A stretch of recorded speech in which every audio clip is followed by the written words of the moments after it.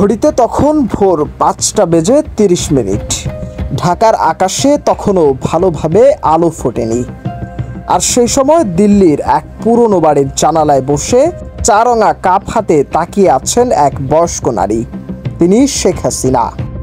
ঠিক ১ বছর আগে ২০২৪ সালের ৫ আগস্ট ছাত্র জনতার তীব্র গণঅভ্যুত্থানের মুখে দেশ ছাড়েন শেখ হাসিনা। তার ছায়া যেন আবার ফিরে আসছে ঢাকার অলিগলি রাজনীতির চোরাপথে। সম্প্রতি অনলাইনে ছড়িয়ে পড়া ভয়ঙ্কর একটি অডিওতে শোনা যায় শেখ হাসিনার কণ্ঠস্বর, আমাকে দেওয়া শাস্তি মেনে নেব, কিন্তু যারা মামলা দিয়েছে তাদের হিসাব করে নেব। তার কণ্ঠে কোনো কাঁপন ছিল না, ছিল কেবল শীতল প্রতিশোধ।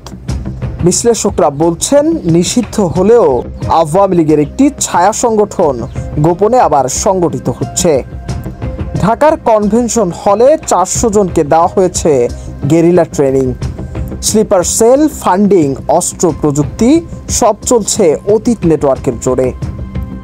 বিশেষ অভিযানে এখনো পর্যন্ত আটক ৬৩ জন। তাদের ২৭ জনই ছিল ছাত্রলীগ, যুবলীগের নেতা। রেড জোন ঘোষণা করা হয়েছে চট্টগ্রাম, রাজশাহী ও সিলেটে।